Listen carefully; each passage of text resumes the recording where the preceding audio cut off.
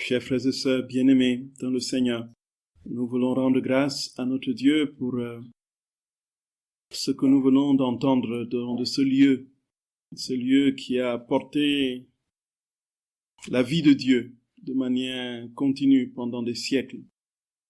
Et nous rendons grâce au Seigneur de ce que nous sommes dans cette continuité de la présence du Seigneur, naturellement en priant qu'il reste entre les mains de Dieu.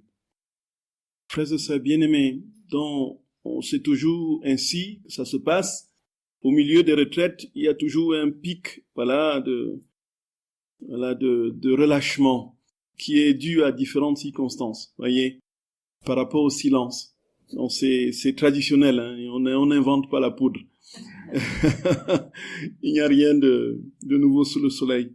Et donc, c'est pour nous inviter à retrouver le climat de silence du début qui va porter, soutenir et fermenter justement notre prière et naturellement rendre notre retraite à l'image de ce que le Seigneur a prévu. Donc encore une fois, la qualité de notre retraite sera fonction de la qualité de notre prière et la qualité de notre prière sera fonction de la qualité de notre silence. Voyez, frères et sœurs d'amour. Donc, voyons ce que nous pouvons faire pour, sur ce plan, nous discipliner et avoir une plus grande possibilité d'être à l'écoute du Seigneur qui parlera immanquablement au fond de nos cœurs si nous savons nous taire. Voilà. Les questions ont fusé en quantité. Je pense que si on avait à consacrer tous les restes de séances pour répondre aux questions, on ne finirait pas. Mais on va essayer, frères et sœurs d'amour, de répondre brièvement aux questions qui sont posées. Mais avant, j'aimerais quand même que l'on achève ce qu'on a commencé ce matin. On parlait justement de cette finalité de la vie dans la divine volonté qui est la ressemblance avec les êtres du ciel. Voyez? Et on a parlé donc des corps glorieux, des propriétés des corps glorieux. On a parlé de l'immutabilité, de l'incorruptibilité, de l'agilité. Donc, l'agilité, c'est quoi? L'immutabilité, on a donné l'exemple qu'on a évoqué. Donc, l'agilité, c'est que nous gardons la souplesse. C'est-à-dire qu'il n'y a plus d'arthrose, il n'y a plus d'ankylosement de quelque nature que ce soit voyez, on voit les descriptions de manière précise dans la première épître aux Corinthiens au chapitre 15, voyez, vers le verset 23. En fait, faible, de corps charnel devient corps spirituel. Là, c'est pour la quatrième propriété que nous allons évoquer. Donc, l'agilité, c'est la souplesse. Donc, si on est jeune, continuellement jeune, on peut même à 30 ans avoir des petits problèmes, des bobos, voyez, mais on est entièrement, parce qu'il n'y a plus de maladie, on est complètement fusé par la vie, l'Esprit de Dieu, qui fait que notre corps, n'est-ce pas, désormais, non seulement est en parfaite santé, mais garde toute son agilité. Luisa Picaretta, à la fin de sa vie, comme vous savez, frères et sœurs d'amour, il a fallu 4 jours pour établir l'acte de décès. Voyez. On se posait la question, est-ce qu'elle est morte? Est-ce qu'elle est encore vivante? Ou un peu. Elle était là, les membres étaient souples après plusieurs jours de mort. Et puis, il a fallu véritablement scruter encore, et scruter pour établir qu'elle était vraiment partie. Donc, elle était là, la souplesse, une certaine... Et puis, il y a la quatrième propriété qui est la subtilité. Donc, c'est les corps spirituels. Donc, né corps animal, nous ressuscitons, dit saint Paul dans l'Épître aux Corinthiens, corps spirituel. Donc, ça veut dire quoi, frères et sœurs d'amour? C'est le corps glorieux de notre Seigneur Jésus-Christ. Lorsqu'il sortit victorieux du tombeau, avec, naturellement, cette capacité, alors que c'était encore le corps qu'il a reçu de la très sainte mère, ce corps était pourtant désormais capable de traverser les opacités et de se retrouver dans des endroits que seule une âme, un être spirituel peut se trouver. Donc, il se retrouve au milieu de ses disciples, les portes fermées. Au début, je disais que Jésus Je ne mesurais pas ce que je disais. Jésus, n'est-ce pas, il apparaissait dans les maisons closes, voyez. Oui, et c'est après, et on m'a dit non. On m'a dit non, les maisons closes, c'est autre chose. Voyez. Donc, et après, je disais, dans les maisons aux portes fermées. Voyez.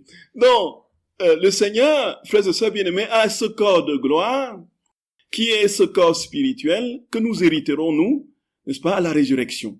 Et le Seigneur dit très clairement que le temps de la divine volonté, quand ce sera la plénitude de ce temps, nous aurons ce corps de gloire. Et donc, avec tout ce que les saints, dans leur grand nombre, ont expérimenté, Saint Padre Pio, d'une manière particulièrement inouïe, le don d'ubiquité, voyez un peu, la capacité d'être partout où Dieu est, la multiplication. Non, nous aurons juste à penser à être là où nos proches sont pour nous retrouver là où ils sont, n'est-ce pas? Quand Padre Pio est décédé, il est apparu à plus de 2000 de ses fils spirituels.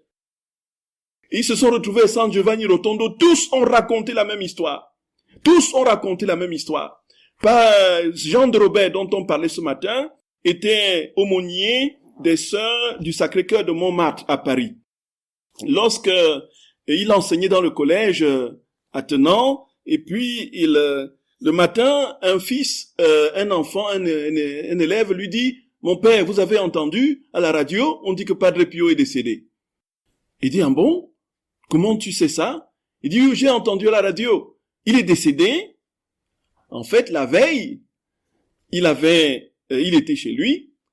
Dans la nuit, il voit Padre Pio qui rentre chez lui. Tranquillement, il le regarde. Il se lève, comme il était habitué de voir Padre Pio venir lui rendre visite par ce biais. Il lui dit, Padre, qu'est-ce que tu fais là? Padre Pio ne dit rien. Il était environ 4h30 du matin.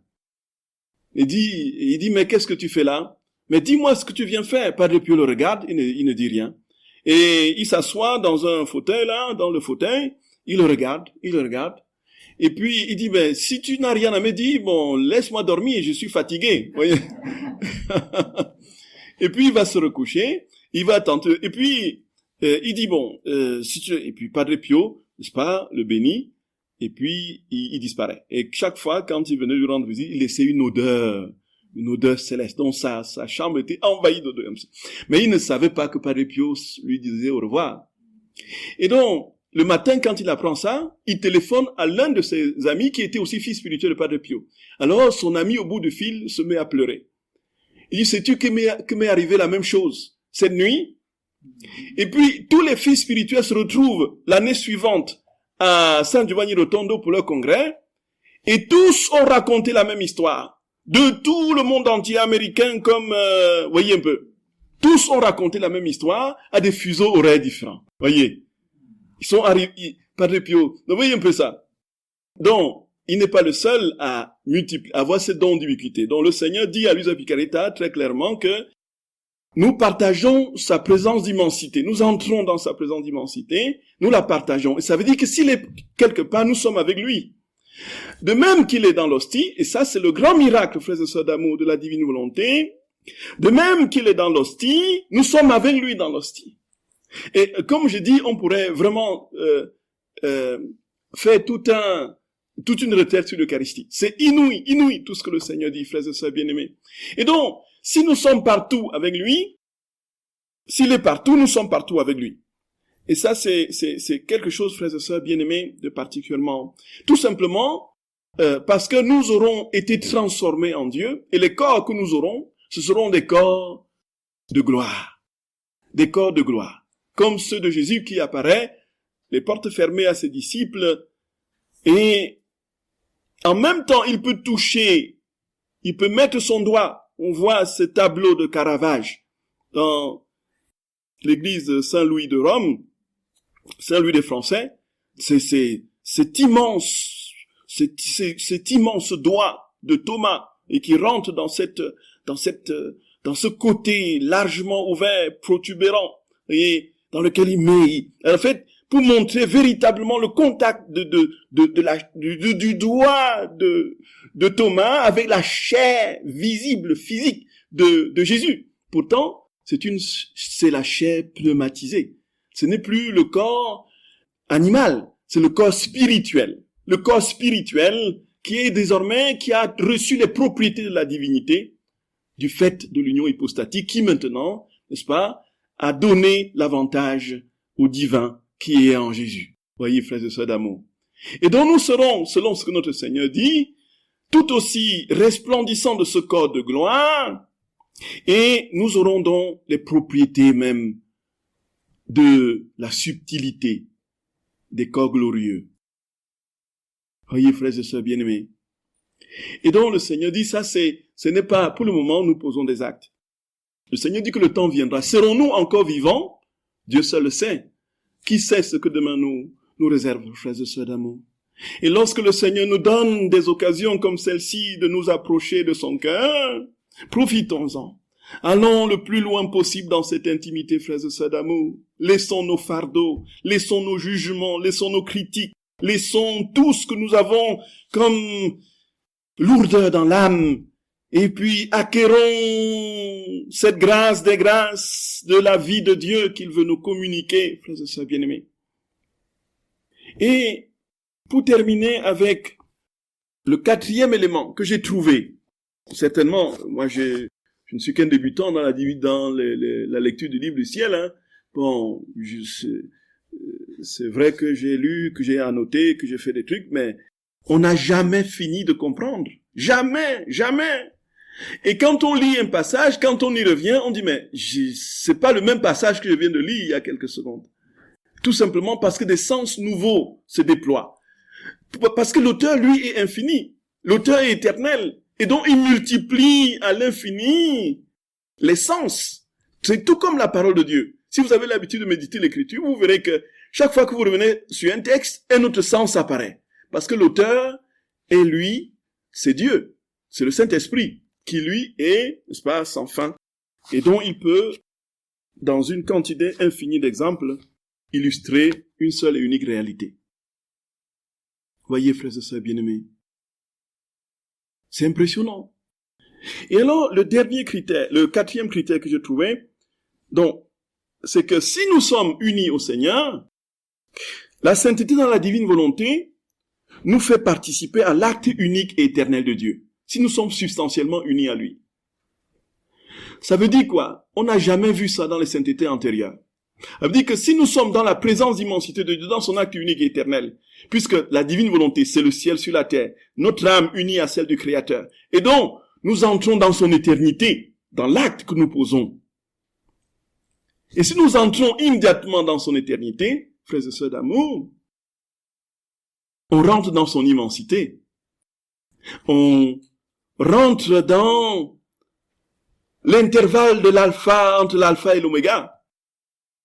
Nous sommes des petits gouttes d'eau dans l'océan divin, voilà, qui nageons de génération en génération. Nous remontons au début de la création. Nous sommes avec Adam, vous voyez. Nous sommes au jardin d'Éden. Nous voyons, nous avançons et nous voyons, n'est-ce pas, les patriarches, les prophètes. Nous pouvons, avec Dieu, parcourir tous les temps, ici, aujourd'hui, les milliards d'hommes, et naturellement ceux qui viendront après, puisque Dieu les a déjà en lui.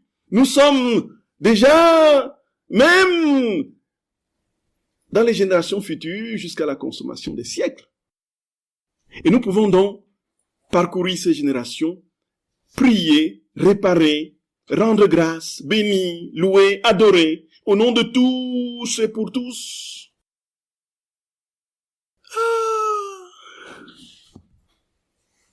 Et là, on n'avait vu ça nulle part.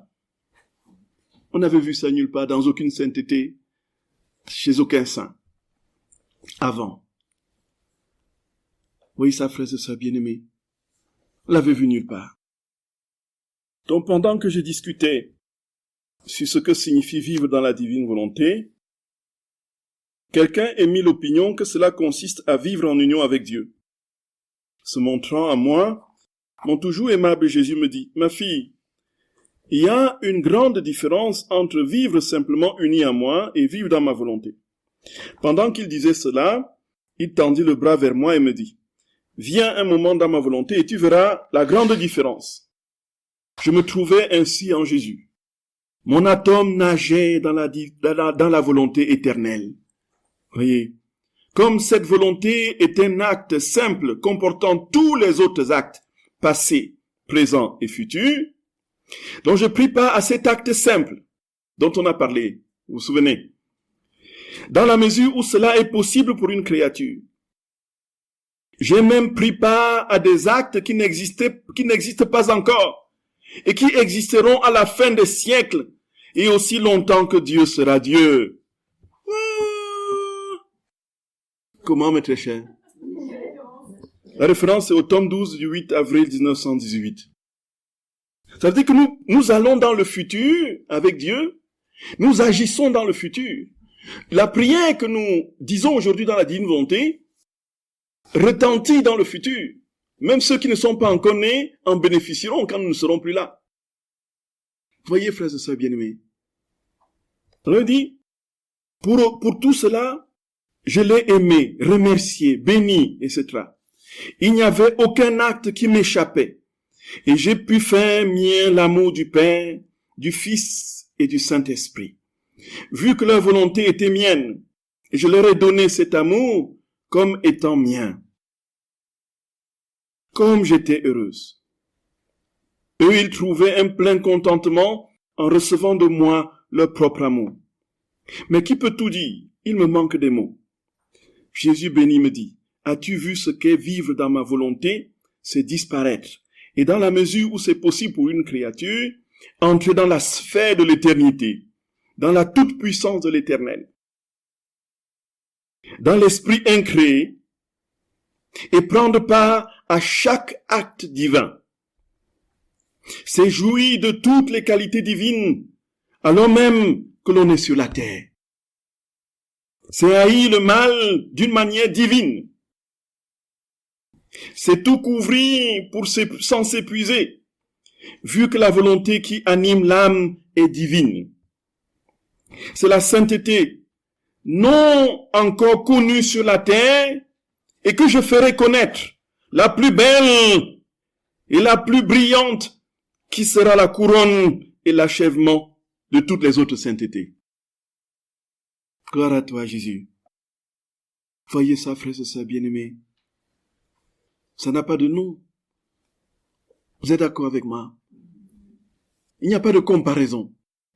Donc voilà où le point d'orgue, la clé de voûte de la sainteté dans la divine volonté, c'est que nous participons à chaque acte divin.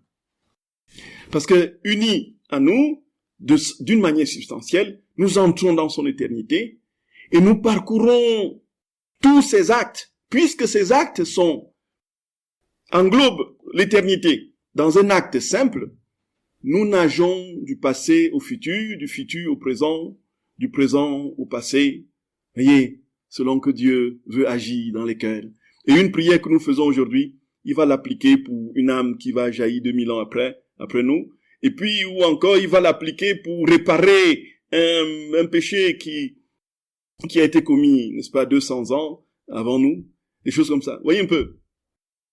Eh, Jésus d'amour, Jésus d'amour. Nous ne prions plus simplement pour que notre orteil guérisse, ou pour que le bouton qu'on a sur le nez disparaisse. Voyez. Voyez ça, frères et sœurs bien-aimés. Et donc, ça c'est vraiment le sommet. Par contre, dit Jésus, celui qui vit simplement uni à moi ne disparaît pas. Deux êtres sont ensemble, non fondus en un seul. Quiconque ne disparaît pas ne peut entrer dans la sphère de l'éternité pour prendre part à tous les actes divins. Réfléchis bien et tu verras une grande différence. C'est ce que Jésus lui dit. Donc en fait, il faut une fusion. La fusion n'est pas la disparition de l'homme, de la créature dans le créateur. Sinon, ce seraient les religions orientales avec le grand fluide qui absorbe tous les êtres après le nirvana et qui disparaît dans le fluide. Nous resterons des êtres personnels, des créatures dans l'immensité de la vie de Dieu, de sa divinité. Non, Jésus, le terme qu'il utilise dans le livre du ciel très fréquemment, c'est le terme infusion. infusion. L'infusion, nous le comprenons plus facilement, frères et sœurs bien-aimés. Vous mettez du thé dans l'eau chaude, et le thé et l'eau ne forment plus qu'une seule substance. Vous êtes d'accord avec moi? Mais on n'a plus l'eau pure, H2O. On ne l'a plus. On n'a plus la formule chimique du thé, tout simplement. Mais il y a ce mélange qui fait qu'on distingue très clairement et le thé et l'eau, mais pourtant on ne peut plus les séparer. C'est bien ça. Il n'y a plus que l'eau, il n'y a plus simplement de l'eau, il n'y a plus simplement du thé. Les deux ne font plus qu'un. Mais pourtant, l'eau n'a pas absorbé le thé et le thé n'a pas absorbé l'eau. Voyez? La preuve, ce qu'on la voit, le liquide, c'est l'eau, la couleur qui donne, c'est le thé qui est là. On peut plus aller dire, bon, non, c'est trop tard. Je vais récupérer le thé que j'ai mis dans l'eau, c'est foutu, c'est fini. Voyez un peu.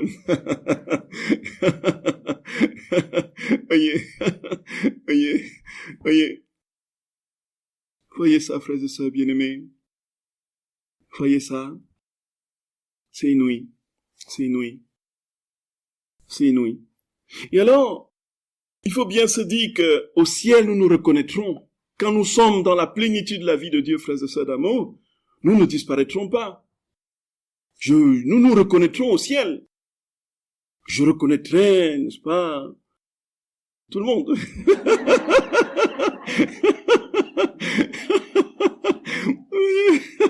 Oui, on ne se fusionne pas dans une sorte d'énergie cosmique comme ça, n'est-ce pas, banale et sans saveur, qui s'appelle divinité. Non, non. Nous restons nous-mêmes pleinement épanouis en Dieu, acquérant ses prérogatives. Mais désormais, tellement unis au Seigneur, que l'amour qui traverse nos cœurs n'a plus besoin de langage. Voyez, frères et sœurs d'amour. Nous avons Jean de Robert qui arrive au ciel et qui n'a pas besoin que Sainte Félicité se présente, ou bien que Saint Thomas, ou bien que Saint... D'emblée, il voit sa vie. C'est l'amour qui circule. Il n'y aura plus le chinois, il n'y a plus de traducteur. Un peu. Pauvre traducteur, votre métier va s'arrêter. On ne va pas dire, oh, salut, tu viens d'où? Tu viens de quel coin? Ah oui, je suis français. Ah oui, tu es aussi français? Tu étais de quel coin de France? De quelle région? Non, non. Ah.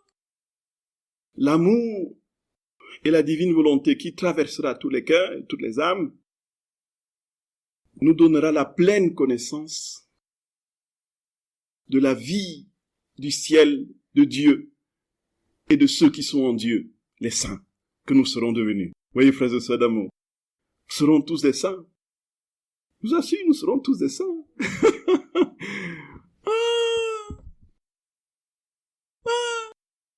C'est pas que je suis optimiste. Et moi, je veux pas être un petit saint comme ça. Hein. Soit celui qui est à la porte là, qui voit le portail là. Non, je veux pas être de ce groupe-là. Qui contemple le portail du roi de loin comme ça. Même pas celui qui est déjà sur le chemin, ou bien celui qui est devant la porte, ou bien celui qui a une chambre. Non, non, je veux la clé du palais.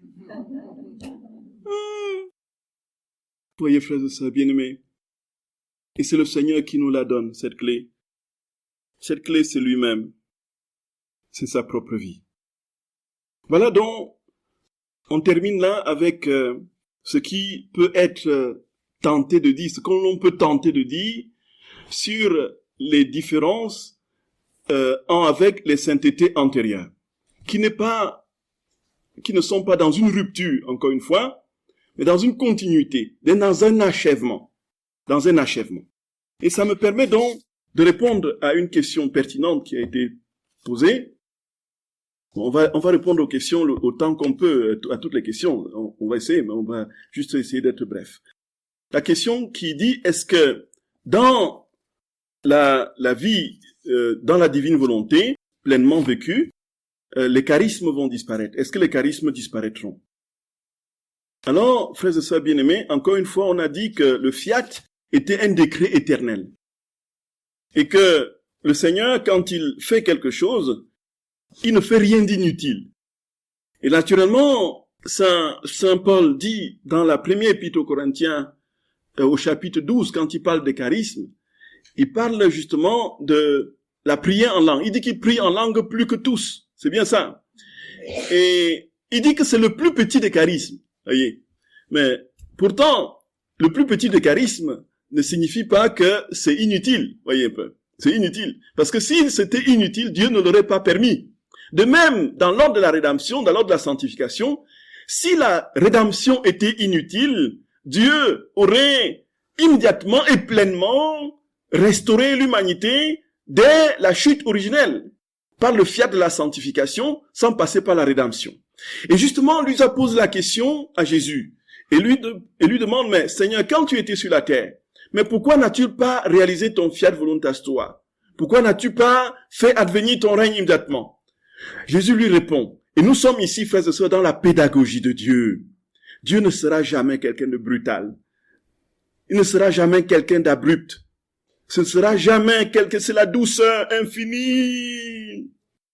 Apprenez de moi que je suis doux et humble de cœur. Il nous prend là où nous sommes. Alors il dit à Luisa, si la rédemption n'était pas nécessaire, et si je devais accomplir immédiatement la sanctification, comment l'homme aurait pu supporter, après tant de blessures liées à sa volonté, supporter mon règne? Ce n'était pas possible. Il a fallu d'abord la rédemption pour guérir les blessures liées au péché, avant de lui donner, n'est-ce pas, la possibilité d'être restauré. Vous voyez un peu ça. C'est un peu comme la plaie que l'on veut, sur laquelle on veut mettre le pansement sans la soigner. Vous mettez un pansement sur une plaie, bonjour les dégâts.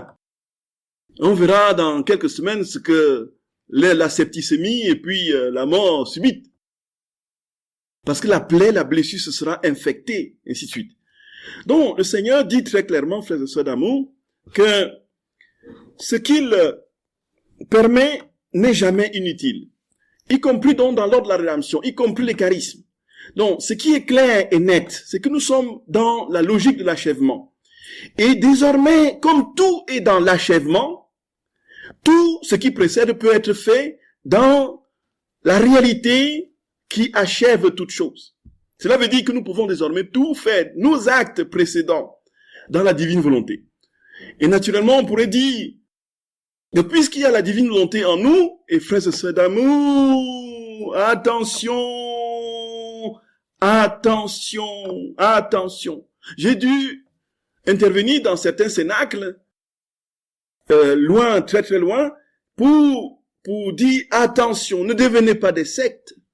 Ne devenez pas des sectes, je vous en supplie. Et on l'a vu, certains qui avaient, je ne sais pas de qui, écouter des discours, comme quoi il fallait désormais, n'est-ce pas, se couper, ne plus lire la Bible, se couper de la paroisse et n'avoir que les livres du ciel à étudier, n'est-ce pas, et ne plus aller à la messe et tout ça, parce qu'on devenait désormais dans la divine volonté et qu'on était, voilà, le piège du malin. Et là, frères et sœurs bien-aimés, vous êtes partis pour être dans les griffes alors de celui qui veut absolument vous éloigner de Dieu. C'est une certitude absolue. Et on ne peut pas vivre pleinement cette vie si déjà le fiat de la sanctification commence avec tout le début de la Pentecôte et les sacrements dans l'église. Le fiat de la sanctification commence là, et naturellement, la restauration définitive pleine avec les connaissances qui sont données ont été données à Luisa Picaretta. C'est une évidence. Mais en attendant, le Seigneur, si ça avait été inutile, il n'aurait absolument pas permis que ça se passe comme ça se passe. Encore aujourd'hui, pour ce qui est des guérisons, pour ce qui est des miracles que l'on voit se multiplier à foison dans des groupes charismatiques ou autres. Si Jésus avait trouvé que maintenant vous devez remplacer tout ça par mon fiat, il ne produirait plus de miracles. Voyez un peu. Sauf que dans le renouveau charismatique ou dans on peut tout désormais vivre dans la divine volonté. Et quand vous prierez pour un malade dans la divine volonté, vous ne prierez pas simplement pour sa guérison là devant vous, voyez un peu. En même temps que vous prierez pour que cette personne devant vous guérisse, si c'est dans la divine volonté, c'est tous les êtres de tous les temps qui sont dans sa situation, qui reçoivent les effluves de cette prière. Voyez, frères et sœurs d'amour, votre prière se diffracte de manière kaléidoscopique dans les générations et touche les personnes dans les situations de celui pour qui vous priez là-devant. Voyez un peu. De même, le rosaire que vous priez dans la divine volonté, frères et sœurs d'amour, le rosaire que vous priez dans la divine volonté traverse les générations, traverse l'histoire, du début jusqu'à la fin. Voyez. Et ça, c'est vraiment, frères et sœurs bien-aimés, tenons-nous le pour dit de manière forte et ancrée. Donc, le Seigneur est dans une logique de parachèvement. Et tout ce qui, si le moment venu, les charismes qui sont des gratia gratis datés, donc qui sont des dons donnés de manière gratuite par Dieu pour une mission particulière, donc si la mission s'achève, habituellement, le charisme disparaît. Voyez. Et, sauf dans la divine volonté, nous serons tous des hyper charismatiques. Tous. Puisque être partout à la fois, apparaître, voyez, apparaître là où les portes sont fermées. Nous, voyez, il n'y aura même plus, voyez, la maladie n'existera plus pour qu'un charisme de guérison soit nécessaire. Vous êtes d'accord avec moi? Et donc, il y a tout ça. Donc, nous serons tellement dans la plénitude de la vie de Dieu que on ne verra même plus qui a tel charisme, puisque Dieu vivra en tous, de manière pleine avec toutes ses prérogatives et sa vie divine. Ah là là! La manière dont le Seigneur va accomplir son œuvre, c'est à lui. Il détient le secret, mais toujours est-il qu'il dit qu'un seul individu aurait suffi, il dit ça à Luisa Picaretta, pour sauver toute l'humanité. Effectivement, un acte que l'on pose. Et si ça se diffracte dans l'univers, et puisque c'est l'immensité de l'acte de Dieu, ça peut toucher tout le monde, et les amener à la conversion. Mais le Seigneur dit, comme il ne fait rien de manière limitée et réduite, il veut qu'une quantité importante de personnes, voyez un peu, adhèrent à la vérité, et naturellement, multiplie ces actes pour que les vies divines, qui sont, elles, sont éternelles et infinies, se propagent dans l'univers. Voyez un peu ça. Et donc, on ne sait pas ce qui va se passer, de toutes les façons. On ne sait pas ce qui va se passer. Saint Charbel Maklouf disait qu'en 2030, l'islam va connaître une grande crise, et puis on sait, c'est une prophétie, mais on ne sait pas. Mais toujours est-il qu'on est absolument et impressionnamment surpris par les conversions qui se font de l'islam au christianisme. De manière incroyablement, c'est une rafale. Au moment de la crise syrienne, on a vu des choses incroyables se produire. Les chrétiens qui ont décidé de ne plus parler de Dieu aux autres, aux musulmans, sous prétexte de ne pas faire du prosélytisme, Dieu lui-même s'en charge. Si les hommes se taisent, les pieds crieront. C'est Jésus qui apparaît aux musulmans, c'est la Vierge qui apparaît aux musulmans, c'est Saint Joseph qui apparaît aux musulmans, et ils se convertissent en masse, On ne sait pas ce qui est en train de se produire, frères et sœurs d'amour. On ne sait pas ce qui est en train de se produire. Et on ne sait pas ce que demain nous réserve, justement, dans l'ordre de la... Et naturellement, c'est au ciel que nous verrons l'acte que nous aurons posé dans la divinité, l'effet que ça a retenti, ça a fait dans l'univers. Nous n'avons pas la claire perception aujourd'hui. Et qui sait si ce n'est pas notre acte que nous avons posé qui nous a ramené 200 Chinois à la foi. Oui. On met le levain, et puis l'acte infinitésimal, la proportion du levain par rapport à la pâte qui va gonfler, c'est tout simplement disproportionné. Oui, un peu. Comment un petit grain de rien du tout peut faire monter le... Voilà, c'est ça. L'image est appropriée et belle. Ce faisant, il y a, frères et sœurs d'amour, une attitude à avoir d'humilité.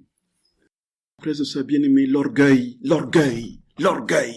Voilà ce que Jésus, au tome 1, Jésus va montrer à Luisa les rafales, la rage, les dégâts de l'orgueil.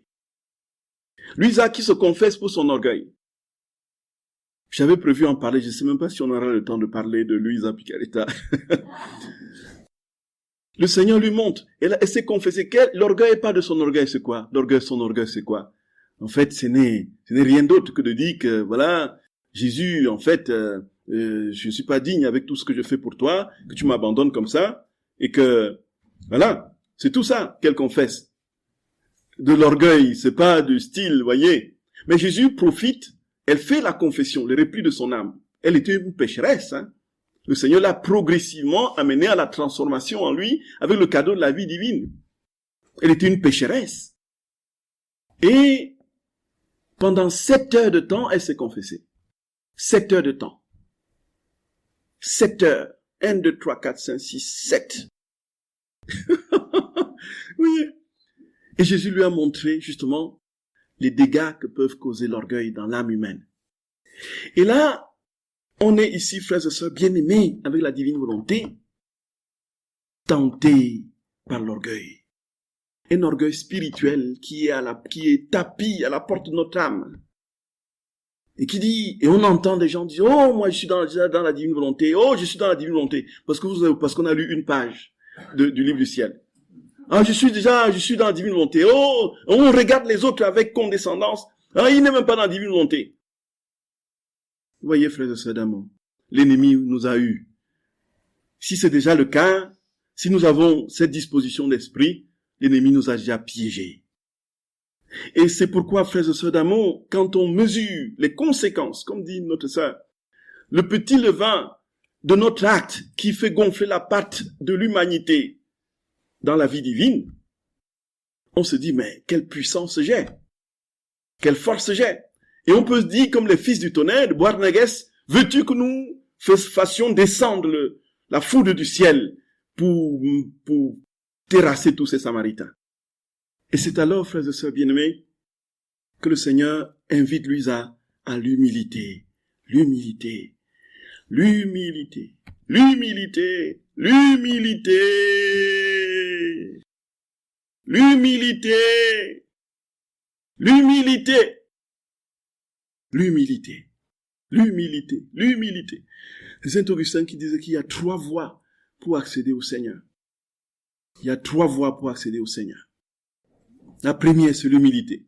La deuxième, c'est l'humilité. Et la troisième, c'est l'humilité. Frères et sœurs, je voulais attirer notre attention là-dessus. Une autre question. Quand Jésus vient dans l'hostie, dans la transubstantiation, parce que l'hostie, au départ, est du pain, pas une personne.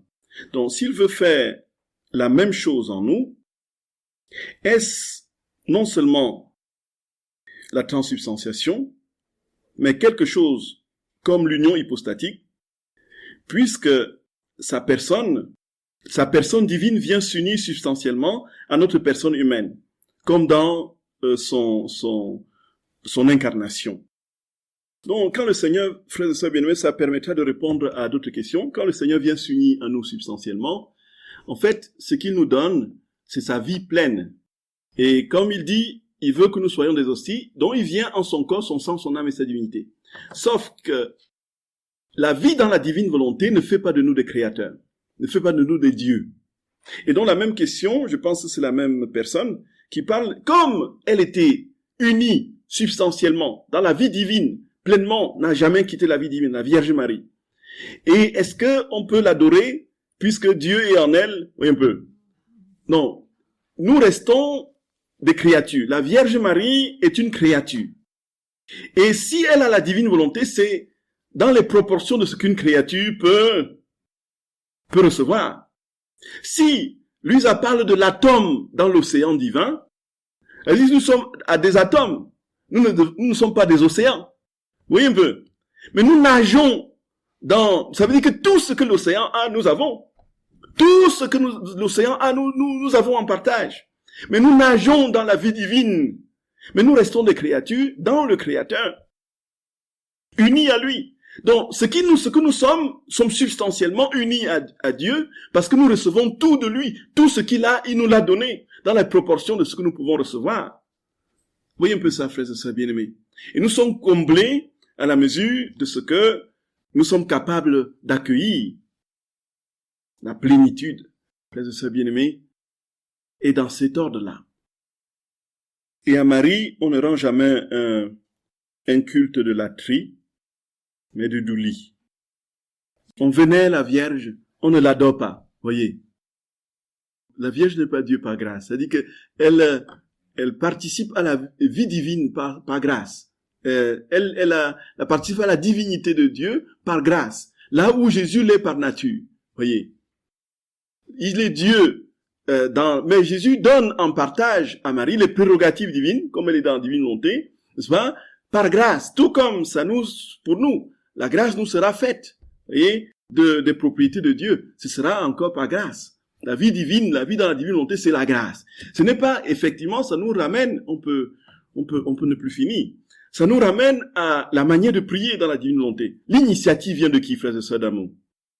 L'initiative vient de qui? De Dieu. C'est Dieu qui décide de nous transformer en lui, de venir nous chercher pour nous unir à lui.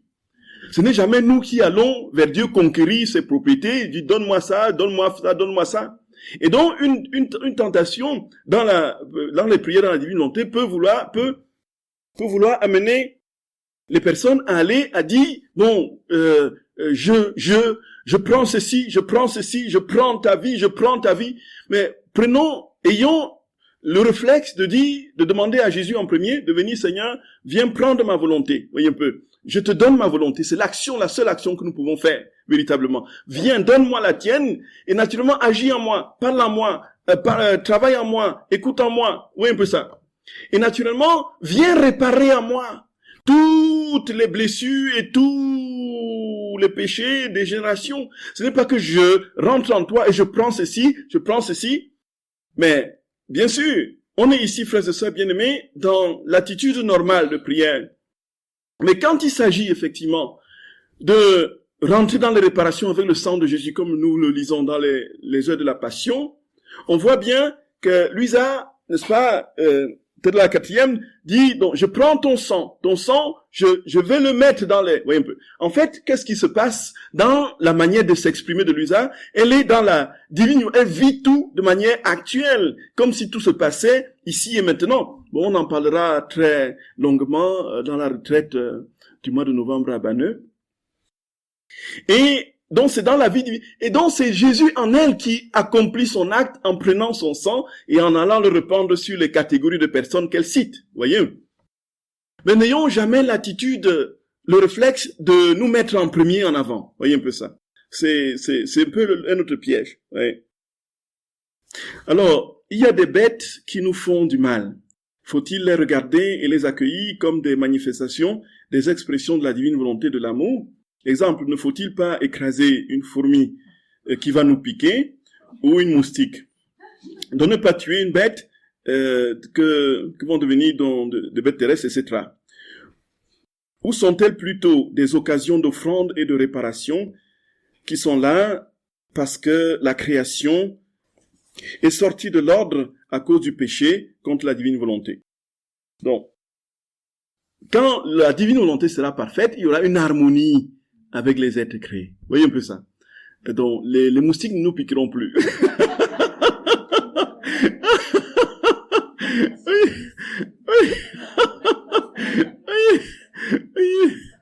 Oui. Non, les serpents ne nous mordront plus. Vous voyez un peu. Le lion et le lion et le bœuf auront le même fourrage, ainsi de suite.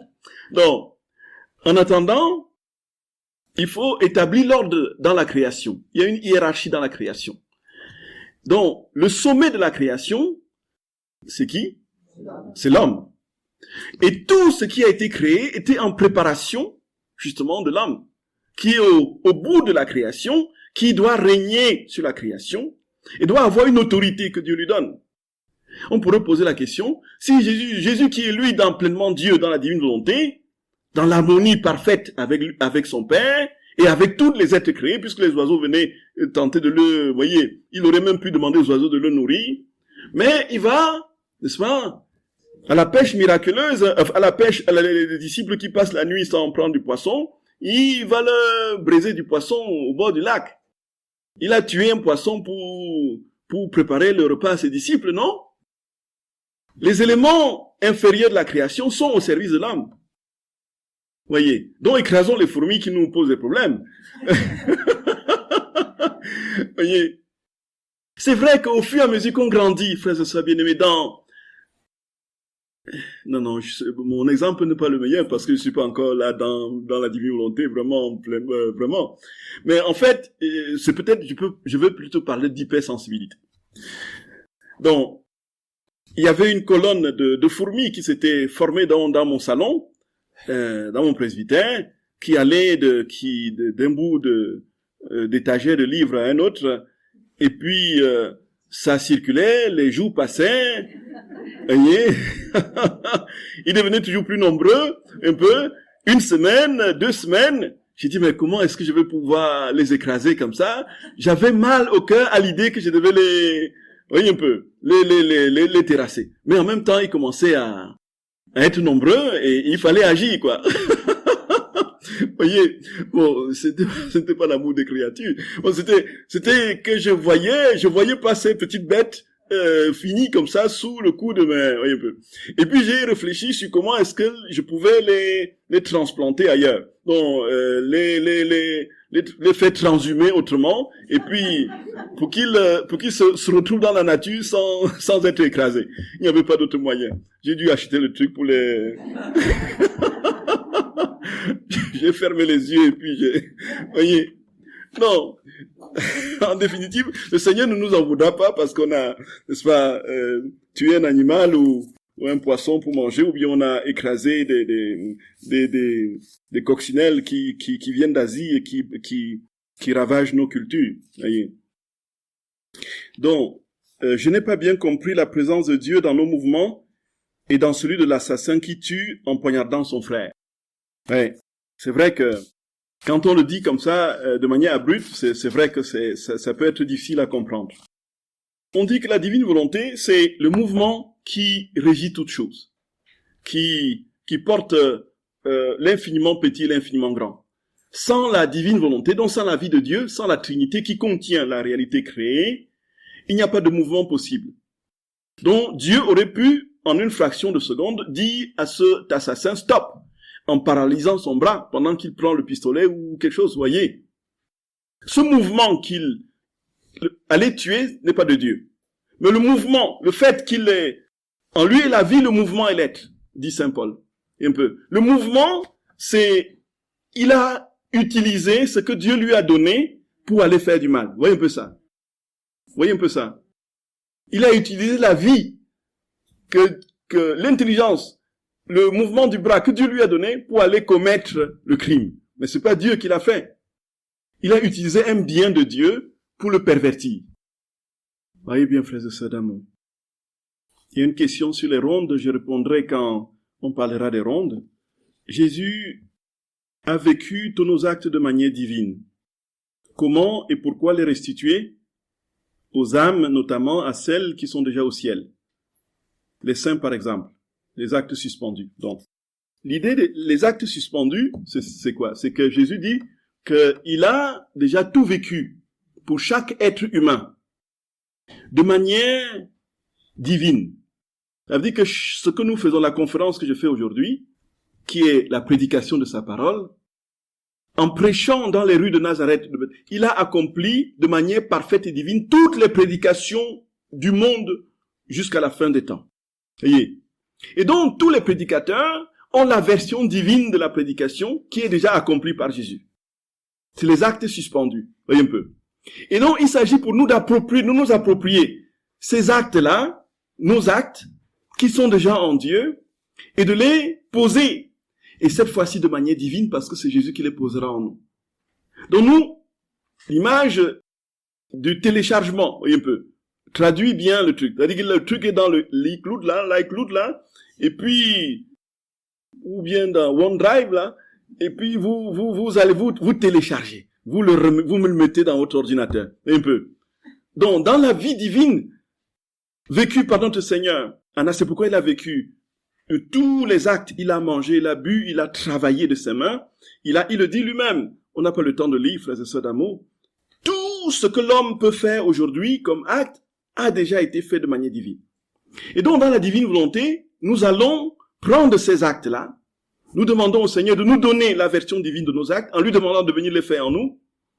Et ces actes-là que nous accomplissons sont les actes qu'il a déjà accomplis, et donc il prolonge son acte en nous, l'acte qu'il a accompli déjà, n'est-ce pas, au temps de son incarnation, il le prolonge en nous aujourd'hui. Et c'est pourquoi nous pouvons poser des actes divins. Voyez un peu ça. Parce que c'est lui qui vient en nous, agit, comme il est éternel, il se saisit de nous ici et maintenant, et ramène avec lui tous nos actes divinement posés par lui au temps de son incarnation. Voyez. Nous voyons pourquoi, frères et sœurs, il a fallu que Jésus s'incarne, qu'il passe par des étapes d'hommes, dont tous les bébés, tous les adolescents, tous les comportements de jeunes adultes, tous les comportements d'adultes, Jésus les a réalisés à perfection, sauf le péché. Et donc l'homme est désormais héritier. C'est pourquoi le Saint Paul peut dire dans l'Épître aux Romains, chapitre 8, sommes héritiers de Dieu, et co-héritiers avec le Christ. Voyez, frères et sœurs bien-aimés, c'est inouï.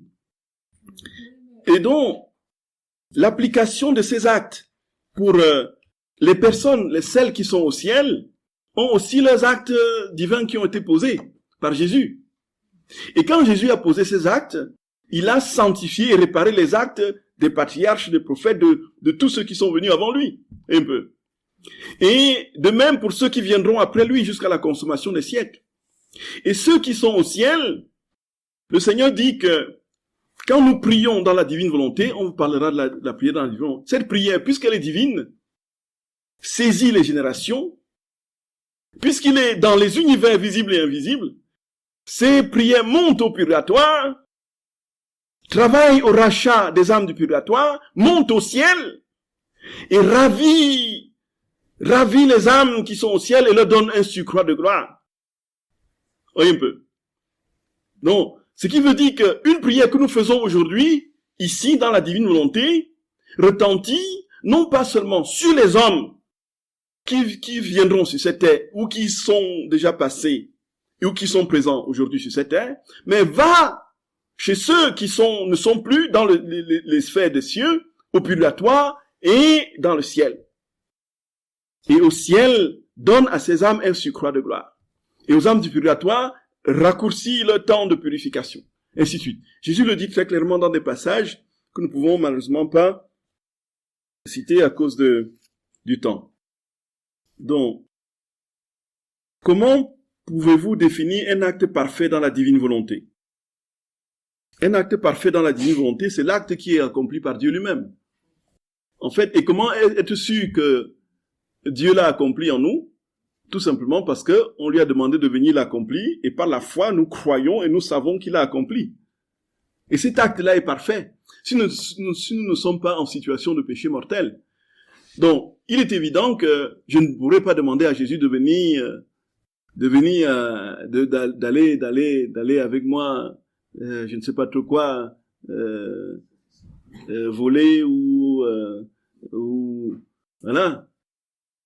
La seule chose que Dieu ne peut pas faire, c'est pécher. Et naturellement, tout le reste, si nous ne sommes pas en situation de péché mortel, ça veut dire que si nous ne sommes pas coupés de Dieu, pour le catéchisme de l'Église catholique, le péché mortel nous coupe de Dieu.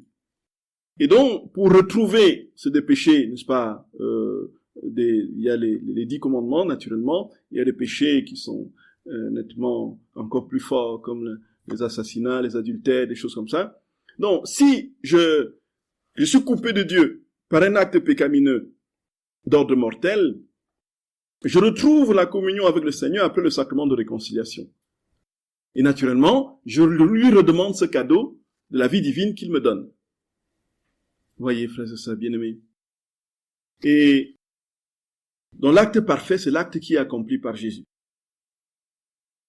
Si dans la divine volonté, Dieu accomplit en nous, par nos simples actes, des actes de réparation, de rédemption et de sanctification, pour tous les hommes, depuis Adam et Ève jusqu'au dernier homme, est-ce à dire que nous volons à Satan son butin d'âme qu'il croit avoir déjà volé à Dieu? Oui, tout à fait. Tout à fait. On dit que si nous prions dans la divine volonté et nous projetons les vies de Dieu dans les générations passées, présentes et futures, et un peu, donc nous réparons en même temps. Ça veut dire que les dégâts que l'ennemi a causés, le Seigneur passe et les répare. Et les âmes qui étaient entre ses mains et qui, voilà, le Seigneur passe et les délivre. Voyez un peu. Il y a de nombreuses délivrances dans l'univers, de nombreuses personnes qui guérissent, de nombreuses personnes qui sont restaurées dans leur âme, dans leur cœur. Nous ne voyons pas. Voyez un peu. Par une prière dans la divine volonté. Parce que c'est Dieu qui, à travers cette prière, n'est-ce pas, accomplit son acte de restauration de tout le créé dans son acte simple et éternel. Voyez, frères et sœurs bien-aimés. À part ceux qui veulent vraiment se perdre. Tout à fait. Et dans la liberté humaine, effectivement, on en parlera.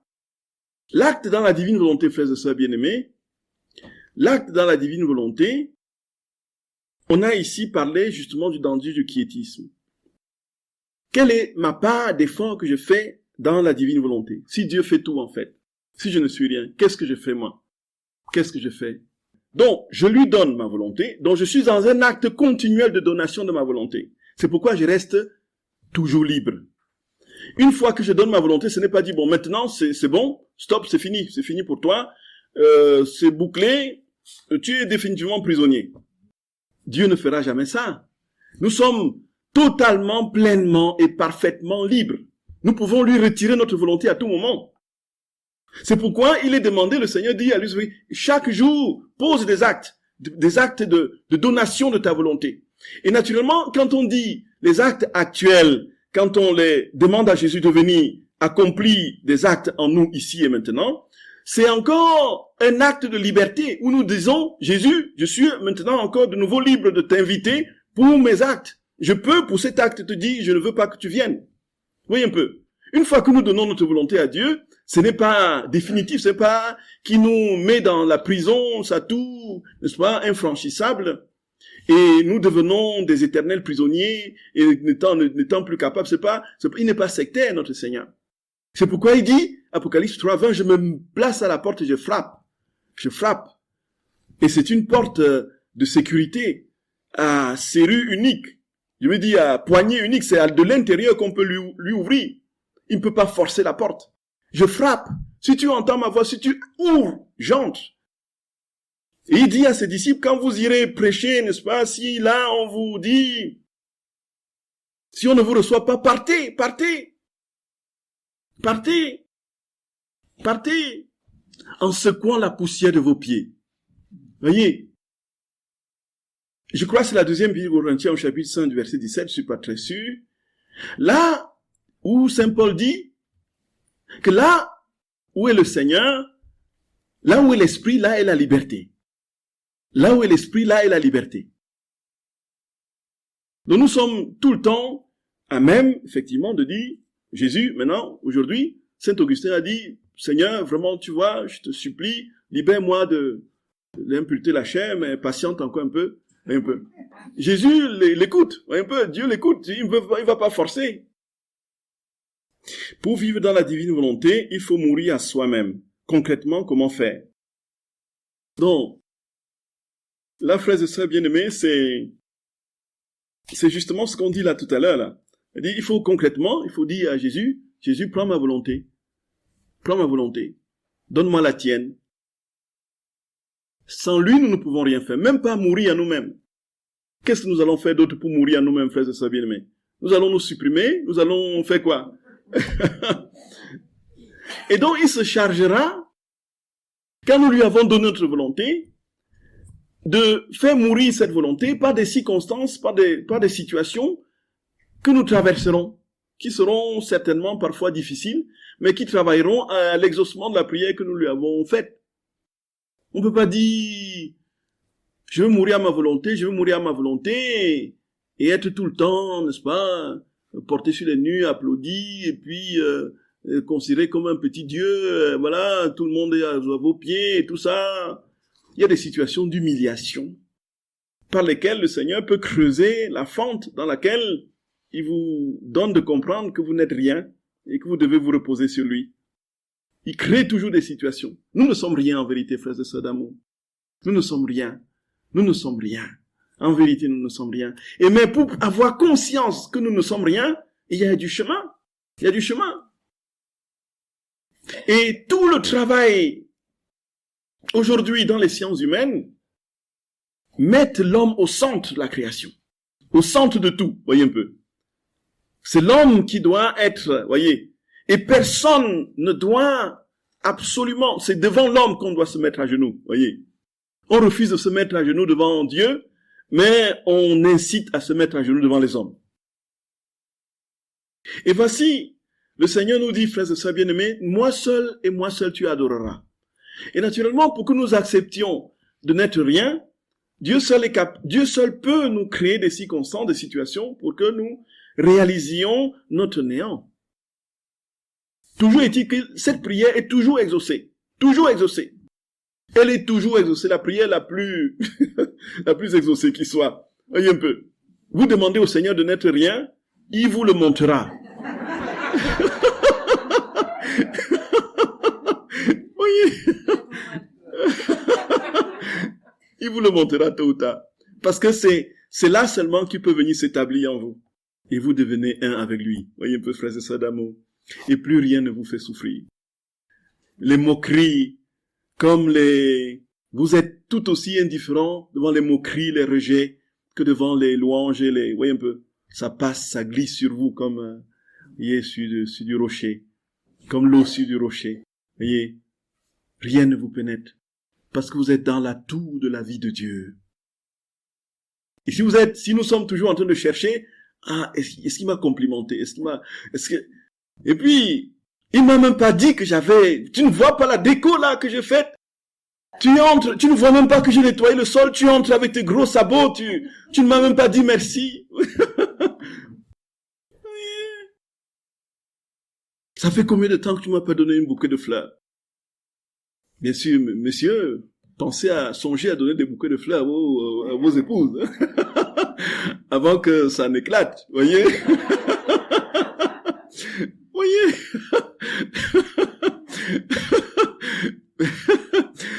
Moi, père, mais des fois, il y a des femmes qui subissent quand même de leur mari des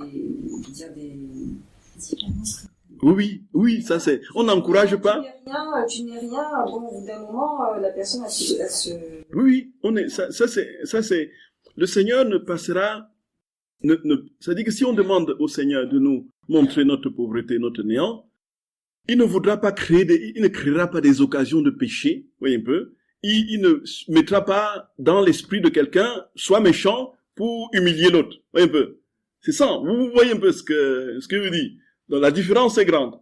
De toutes les façons, le Seigneur dit, hommes, aimez vos femmes. Voyez, un peu. C'est l'épître aux Éphésiens. Hommes, aimez vos femmes. Aimez. C'est-à-dire, aimer, c'est aimer comme Dieu aime. Puisque le mystère est grand, dit saint Paul, il est celui, n'est-ce pas, de l'union du Christ et de l'Église. Donc de même que le Christ est venu mourir pour son Église, en versant son sang jusqu'à la dernière goutte, de même l'homme devra être capable de mourir pour son épouse, en versant son sang jusqu'à la dernière goutte. Voyez? C'est de cet ordre-là, voyez un peu. Mais si il arrive qu'une situation compliquée comme celle de certains couples chrétiens, comme la mère de Saint Augustin qui était battue par son mari pendant des années, vous voyez un peu.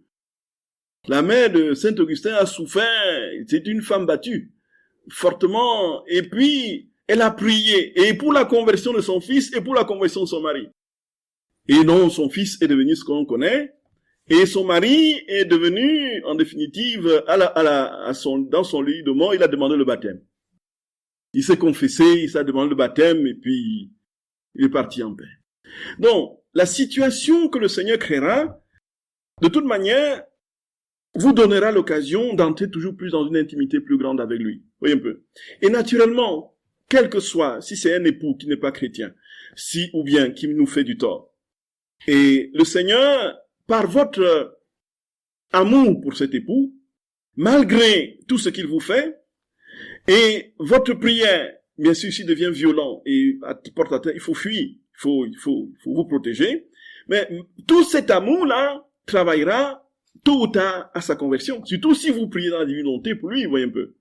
Et naturellement, il y aura une sorte au fur et à mesure que le temps passera, une sorte de compassion. Vous comprendrez que si vous faites cela, c'est bien parce qu'il est bien plus malheureux que vous, parce que c'est un être, on ne peut pas, les méchants sont des êtres en souffrance. Ce sont les premiers qui souffrent sur cette terre. Vous voyez un peu.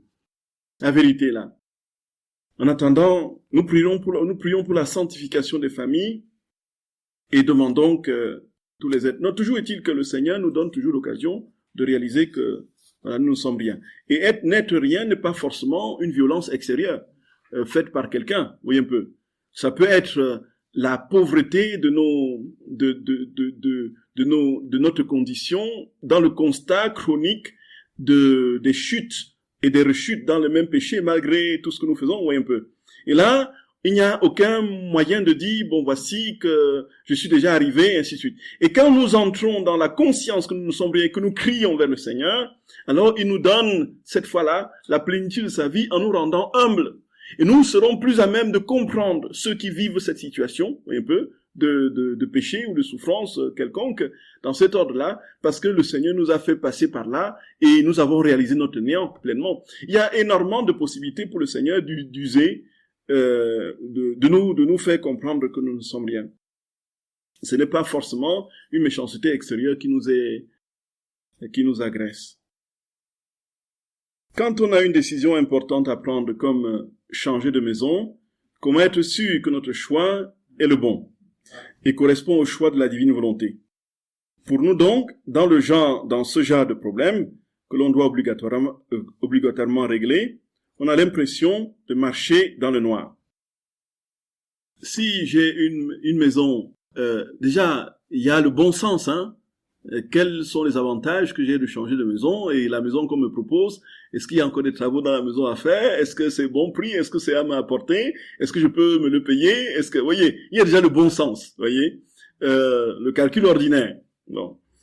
Si ce stade est dépassé et que vous n'avez toujours pas la solution, bon, vous pouvez vous poser la question, pourquoi est-ce que je veux changer de maison? Donc, est-ce que ça glorifie le Seigneur? Quelles sont les possibilités dans cette maison de rendre le Seigneur plus présent, de le glorifier plus, de le servir davantage? Certains changent de maison pour se rapprocher, n'est-ce pas, des chapelles ou des lieux des sanctuaires ou des choses comme ça, voyez.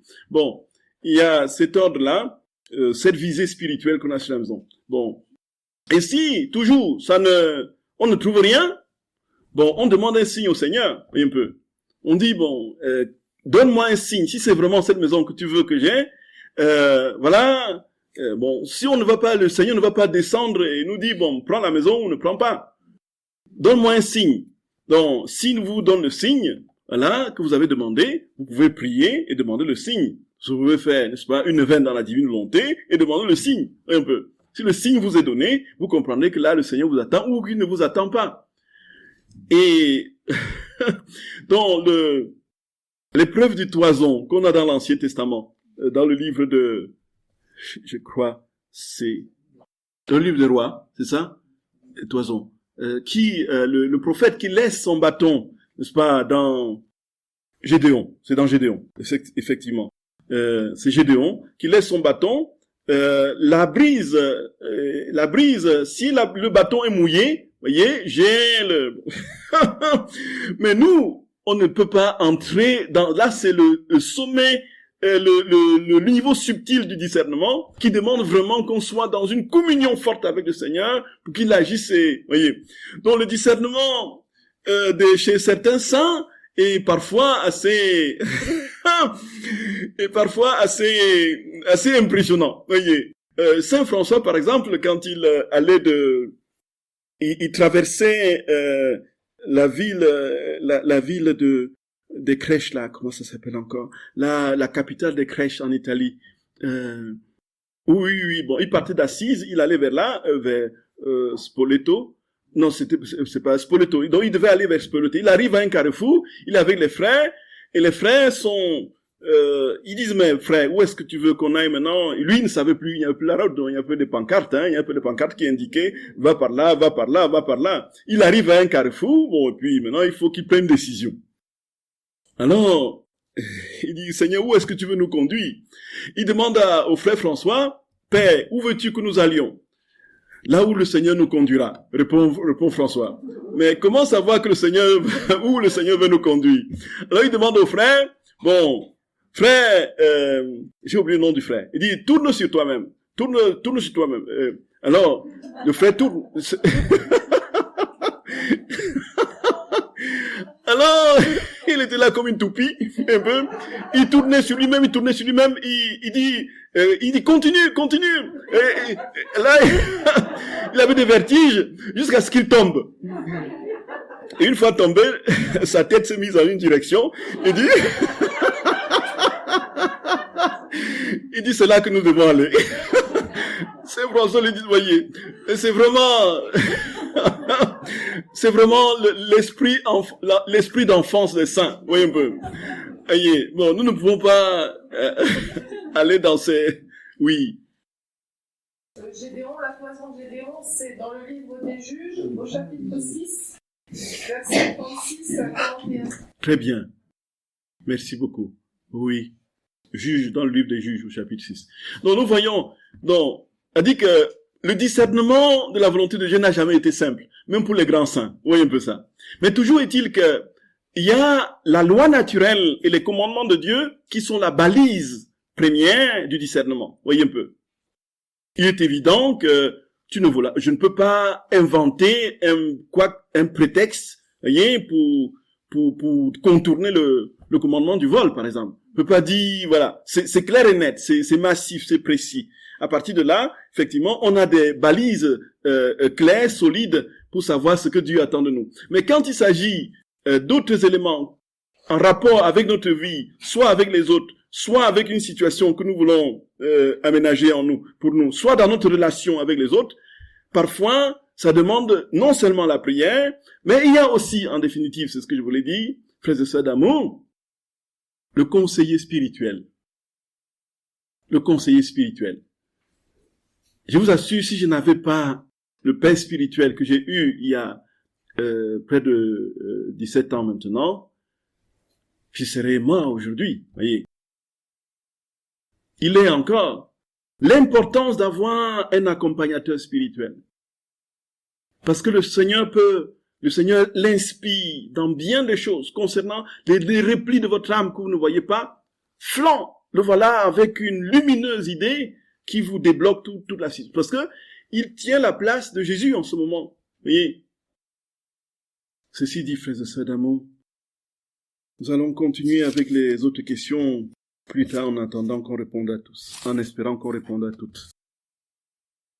Je vous salue Marie, pleine de grâce. Le Seigneur est avec vous. Vous êtes bénie entre toutes les femmes. Jésus, le fruit de vos entrailles, est béni. Sainte Marie, Mère de Dieu, priez pour nous pauvres pécheurs, maintenant et à l'heure de notre mort. Au nom du Père et du Fils et du Saint-Esprit. Amen.